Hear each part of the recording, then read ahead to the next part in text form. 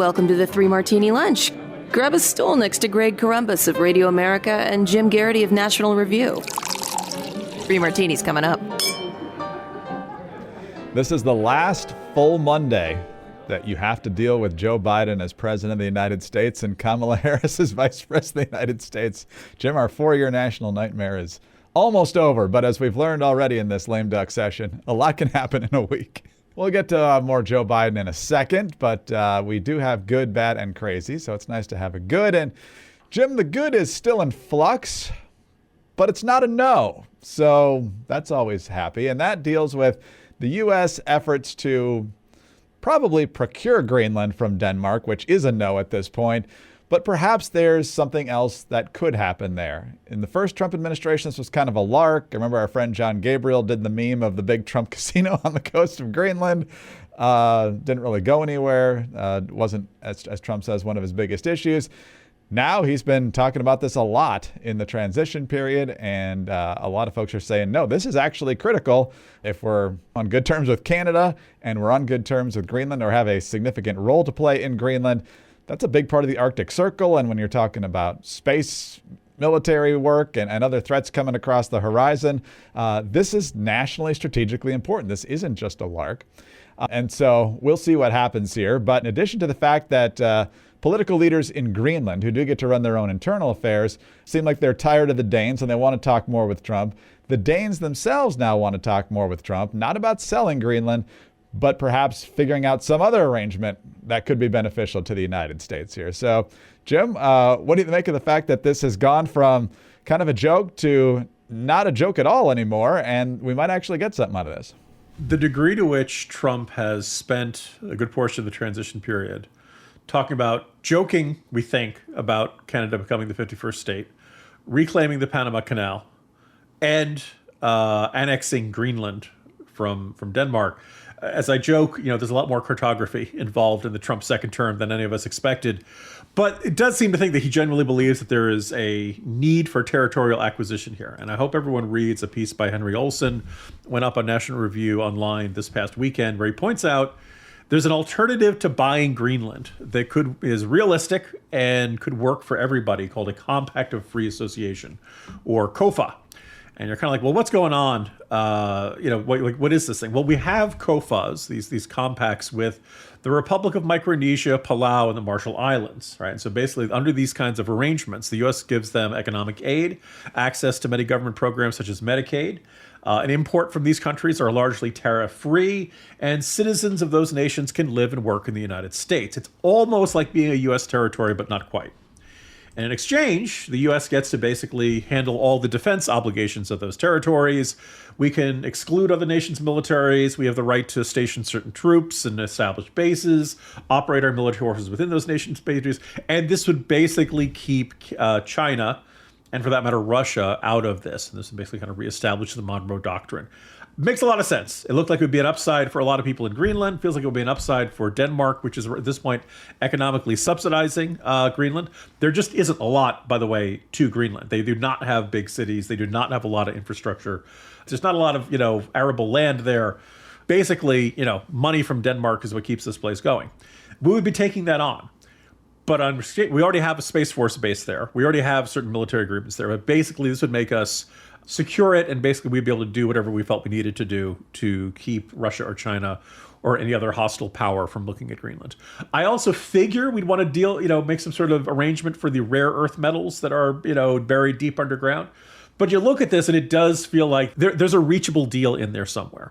And obviously we have to respect the will of the people on the ground. We have to try to stay on good terms with our NATO ally, the Danish. But it doesn't, they talk about we're going to militarily annex them. Look, I understand scoffing at the sled dogs as much as the next guy when your top line of defense is Johan Cornelius. But we really don't need to go for this. I'm particularly fascinated by the folks who are absolute doves on Ukraine suddenly saying, let's go after the Danish. Let's take them. We can knock them over. But it does feel like there's, when there's no particular deadline for this, it does feel like there's time to talk. There is time to work something out. And who knows, maybe there could be an additional, if not U.S. territory, that a U.S. arrangement like this could be worked out. And I think that a Compact of Free Association, that might be the right path to go down here. makes sense to explore at least. And I am actually part Danish, not a lot Danish, but on my mother's side, I'm a little bit Danish. And so we like them. We love the pastries. And we think we can make a pretty good deal here potentially. And Greenland is not just about the strategic location. And like you said, Jim, it's not what's on Greenland, it's what's under Greenland, the rare earth minerals. And also I think there's a ton of oil and other potential energy to be explored there. So a lot of opportunity there. And, it's funny to watch Trump work because, what seemed like just a Twitter storm or, something said at a press conference, all of a sudden you've got people who are involved in this whole thing saying, you know what, let's talk a little more.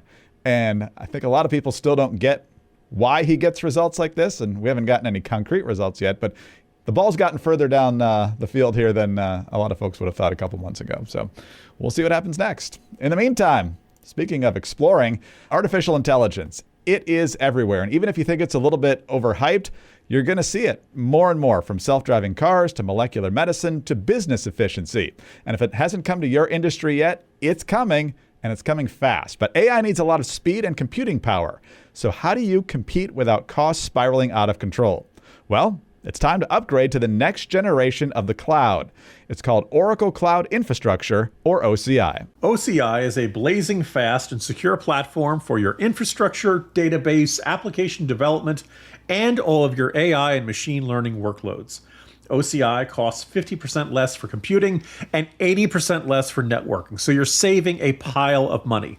Thousands of businesses have already upgraded to OCI, including Vodafone, Thomson Reuters, and Suno AI. Right now, Oracle is offering to cut your current cloud bill in half if you move to OCI for new U.S. customers with minimum financial commitment. The offer ends March 31st. See if your company qualifies for this special offer at oracle.com/martini. That's oracle.com/martini. All right, Jim, on to our Bad Martini now. And I guess it's kind of the sequel to our Bad Martini on Friday. And that's when Jim asked the question that still has not gotten a good answer. What is Gavin Newsom good at? Other than hypocrisy and blame shifting and those sorts of things, which I guess certain politicians are skilled at. But he's still doing a lot of that. I remember he was asked the other day about the reservoir. He's like, hey, all the reservoirs were fine. What about Santa Ynez? Well, we're launching an investigation of that one. That was the locals' fault. It's all their fault.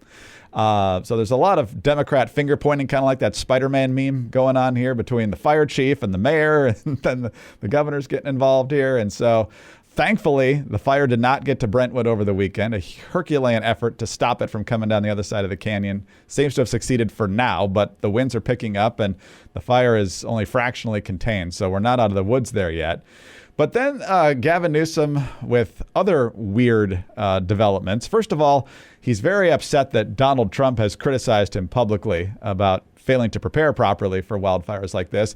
Meanwhile, Gavin Newsom called a special session of the California legislature to Trump-proof the state, including blocking potential mass deportation of immigrants. So clearly he's, acting in good faith all across the board here. And then he's also doing interviews with NBC News where he's talking about reimagining Los Angeles and making sure that everything happens in the recovery as quickly as possible. Jim, listen to this. First of all, just incessant gobbledygook. It was such a run-on sentence, I couldn't even find the beginning of it. So here's the end of it, the last bit of it here. And also how he promises the California bureaucracy with building codes and permitting is going to go really, really fast. And how we can galvanize the community with folks that love this community to really develop a mindset so that at scale, we're dealing with the scope of this tragedy and responding to it at scale with efficiency like the executive order I talked about, time value of delivering projects, addressing building codes, addressing permitting issues, and moving forward to rebuilding and being more resilient. I've got a friend in Orange County who just went through an absolute zoning permitting nightmare because he wanted to put in a driveway. You'd have to tear down the entire California bureaucracy for this to be an efficiently moving process, Jim. So what else got your dander up about Gavin Newsom this weekend? Well, he's the subject of today's Morning Jolt. Before I go any further, I should emphasize a criticism of Newsom is not a defense of Los Angeles Mayor Karen Bass. It is not a defense of federal policy. There's plenty of blame to go around. But I, continued on that theme of like, what is he good at? You go back to his time as mayor of San Francisco, and he pledged he was going to eliminate homelessness. And by the end of his term, homelessness was significantly worse.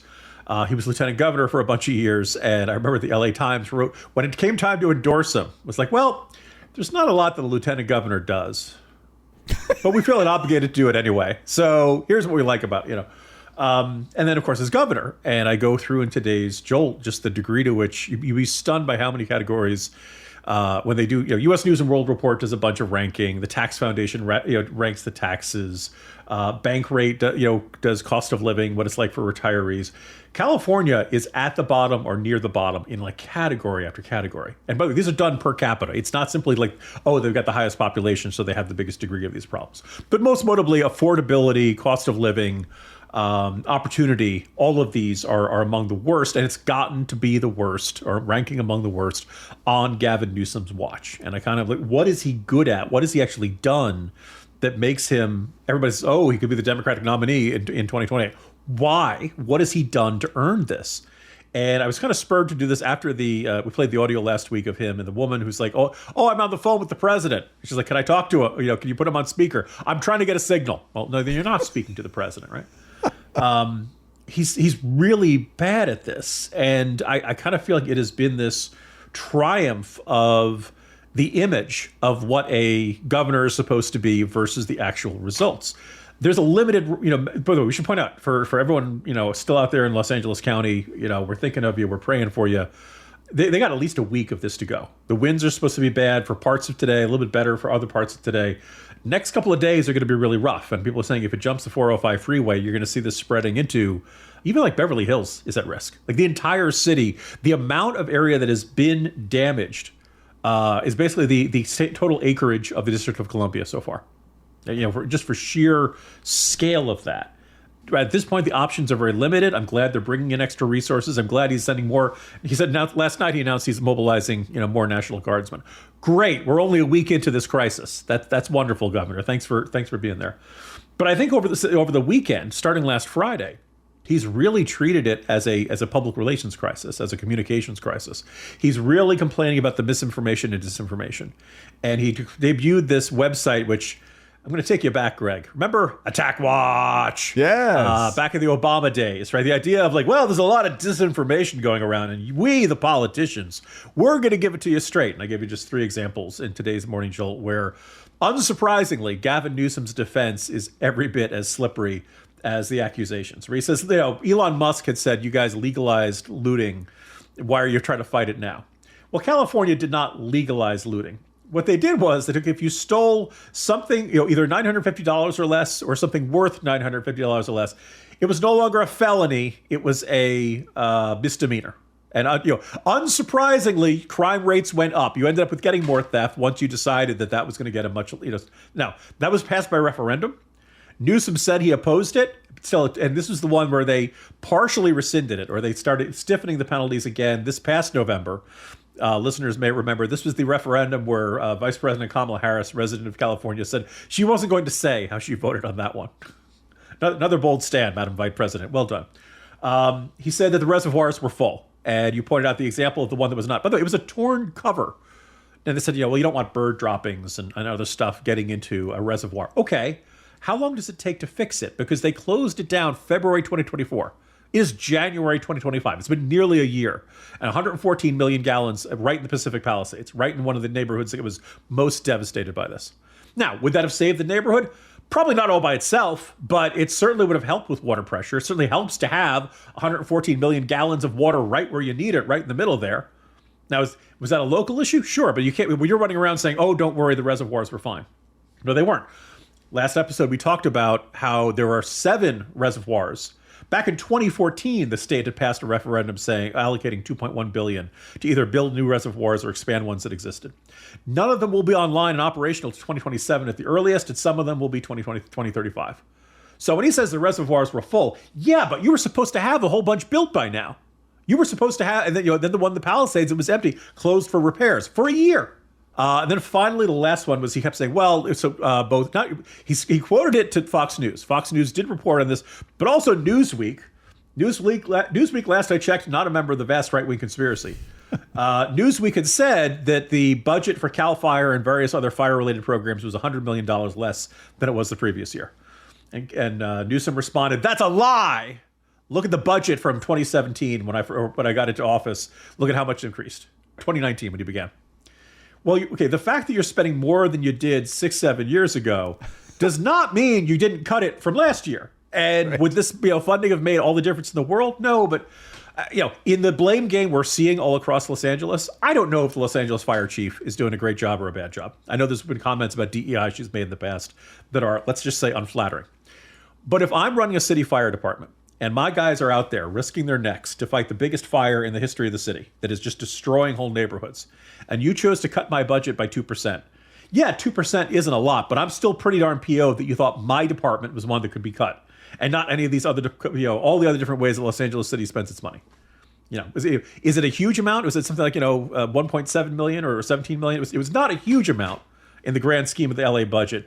But if I'm the firefighter, I was like, why are you cutting anything from me? When you look at the consequences of this, right now the estimate of the damage is $20 billion. Now, like I said, we got probably another week of this. Maybe it's going to be 30 billion. Maybe it's going to be 40 billion. Boy, whatever money you were allocating to clearing out the brush was not enough. Whatever money you were allocating for controlled burns was not enough. There's just an absolutely, you cannot say the government policy was sufficient. And right now, Gavin Newsom is acting like, if I just spin this well enough, I'm going to come out of this with my reputation intact. Nobody talked about in 2008, we need to nominate Kathleen Blanco, the governor of Louisiana, to run for president because she did such a great job in Hurricane Katrina, right? This should be his Hurricane Katrina. This should be the end of his career. We'll see what happens. But I think this is, there's enough outrage out there that he's going to run around insisting the state did its job when in fact it really didn't. Now, does he deserve all the blame? No, this blame you could put at the local level. This blame you could put to federal policies, stopping their controlled burns back in October. But you can't say you've done a great job. And that's what Gavin Newsom's going to try to persuade people. So that's our really, really, really bad martini today. You mentioned at the beginning of your commentary there, Jim, that Newsom failed to deal with homelessness. And you know how a lot of fires start?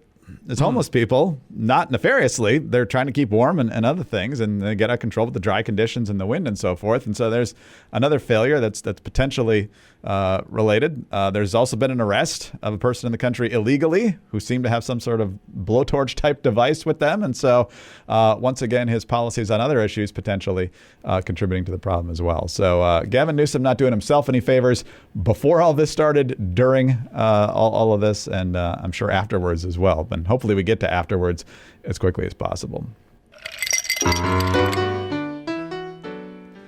All right, Jim, on to our crazy martini now. And this is also a follow-up, I guess, from one of our martinis last week. Last week we talked about how Joe Biden told Susan Page of USA Today that if he had stayed in the race, he was confident he would have beaten Donald Trump. So then on Friday, he's taking a few questions from reporters. It's in the Roosevelt Room. It's not in the press room or anything like that. It wasn't one of these hour-long deals. But anyway, took a few questions, and one of them was a follow-up on that. And while he once again said that he thought he would have won, he also had very curious language about Kamala Harris. Take a listen. Mr. President, do you regret your decision to run for re-election? Do you think that made it easier for your predecessor to now become your successor? I don't think so. I think I would have beaten Trump, could have beaten Trump, and I think that Kamala could have beaten Trump, would have beaten Trump. Sir, Kamala actually did run against Trump. She, I guess, could have, but did not. So she therefore would not beat Trump.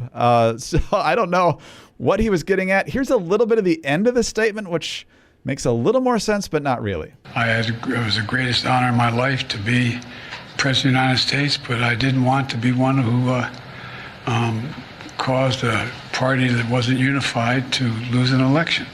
And that's why I stepped aside, but I was confident she could win. Was confident, but now says he still thinks she would have won. He also contradicted himself, saying he thinks he would have won, but also didn't want to lead an ununified party that would have lost. So, Jim, I know this guy's not playing with a full deck. He's probably not even playing with all four suits at this point. But what are we taking away from that mangled mess of words? Greg Columbus, I have more than 4 suits. My closet's got a whole bunch of them. I know more GD suits than you've ever seen. Mitterrand gave me a good suit. And Helmut Kohl said I had the best looking suit he'd ever had. God, it's unfortunate my Biden gets better right as he's about to leave office. So first of all, I thought we were going to have a really quiet transition. That because of his age, Biden was, just going to kind of, it was be the White House retirement home. And in some ways it's been like that, but he's been very active in the transition now that he's no longer subject to the judgment of the voters. And it's been very bad for the country. Pardoning Hunter Biden, the commutations of sentences. But on this one, I think, first of all, the interesting question, does Biden remember why he's no longer the nominee? We certainly had heard lots of reports that Nancy Pelosi, a.k.a. the godmother, had gone there and strong-armed him into it. I understand if he doesn't want to admit it. And, of course, we'd heard rumors that, they were going to invoke the 25th Amendment or that Harris was, that there was going to be, he was effectively forced out. And the fact that he had terrible debate, insists it was because he has a cold that he, showed no, wasn't sniffly, wasn't, voice wasn't hoarse or anything like that. He said it was because of jet lag. He got back from the trip 12 days earlier. It had a really bit, and you'll remember for nearly a month, he was insisting he was going to remain the nominee. And he said that Secretary of Defense Lloyd Austin, he called him the black man in an interview with BET. Now, there's no good circumstances to do that. That's a really bad circumstance. And so it was just the degree to which he'd had no intention of stepping down as the nominee. Eventually he did. We on the outside can tell something happened. Something happened behind closed doors that made him do something that he had been adamantly insisting he was not going to do. And here we are, at that point of this press conference, a little bit more than a week towards the leave. He still can't say honestly, well, my party forced me out. He said I couldn't unify my party. Well, why not, Mr. President? What were they all concerned about? Why, And then she could have won, she should have won, no, she didn't win. We were just there. I know your memory's not great, but this wasn't that long ago. And you could. The irony is that when you look at going back to Biden's first announcement when he's running for president, this is in early 2019, it was all focused around Trump. It was all about we're in a battle for the soul of our nation. And to the extent Democrats love Joe Biden, he was the guy who beat Trump, and he had two jobs: beat him and keep him out. He couldn't do that. And what's more, he had a lot of options to be his running mate. By the way, one of his other options was a finalist, Karen Bass, currently the mayor of Los Angeles, who desperately needs to stop smiling during her her public statements to the country. True. I don't know whether she's been exposed to Joker's Smilex gas. I don't know whether there's that horror movie, The Smile. I don't know whether this is trying to put on a happy face on a really bad. It's really horrible. But Bass. But you think things are bad now, America? We could have had Vice President Karen Bass. But so here we have this circumstance, the guy that you could not beat Donald Trump. And, we played the audio of Harry Enton, pulling his hair out and saying, what are you talking about? There was flat out nothing bonkers. Yeah. You would have lost, Virginia. You would have lost New Hampshire. What are you talking about? And then the person you chose as the running mate, who was supposed to be ready to be the next president, God forbid you had a heart attack in January 2021, you ready to be commander in chief. She wasn't ready. She wasn't ready to be the nominee. She was not ready to be president. She may never be ready. She's probably going to go back to California and I assume run for governor, unless she chooses to run for 2028. And boy, Democrats, aren't you just itching to try that again? Let's do the exact same thing and hope that it turns out better. So yeah, it's a really sad note. We're down to the final week of the Biden presidency, and apparently he's going to have some farewell address to the country, in which he's going to tell us how great we've had it. And boy, yeah, can't wait. You just don't appreciate it, America. You don't realize how good you had it. You're never going to find somebody else as good as me. He doesn't like. He should just go out and sing. He should just go out and sing "You'll Be Back" from Hamilton. But he won't. So the other highlight from that press conference was, or whatever you call it, was him being asked about any other pardons coming down the pike here, and he's like, we're still looking at it. It kind of depends who Trump talks about this week. What? This seems like a really careful, studious evaluation of who ought to be getting clemency here. So if Trump had said, baby brother bomber from the Boston Marathon, then Biden would pardon him? First of all, then Trump should not say anything for the next week. Don't let anybody. Right. But this whole idea of a preemptive pardon, that these are really bad idea. that just demonstrates how cuckoo for Cocoa Puffs, the concept of remember, this is the guy who was supposed to restore our morals, restore our norms, restore justice, and now he's sitting around swearing that Merrick Garland had it out for his son. Don't go away angry, President Biden. Just go away. Well, and he is. The other line that I was going to mention was it's both funny and sad when he says, "Oh, I'm not going to be out of sight, out of mind." Yeah, you are. We barely see it now. Jim, happy Monday. See you tomorrow. See you tomorrow, Greg. Jim Garrity, National Review. I'm Greg Columbus, Radio America. Thanks for being with us today. Please be sure to subscribe to the podcast if you don't already, and tell your friends about us as well. Thanks for your 5-star ratings and your kind reviews. Please keep those coming. Get us on your home devices. All you have to say is play 3 Martini Lunch podcast. Follow us both on X. He's at Jim Garrity. I'm at Dateline_DC. Have a terrific Monday. Join us again on Tuesday for the next 3 Martini Lunch.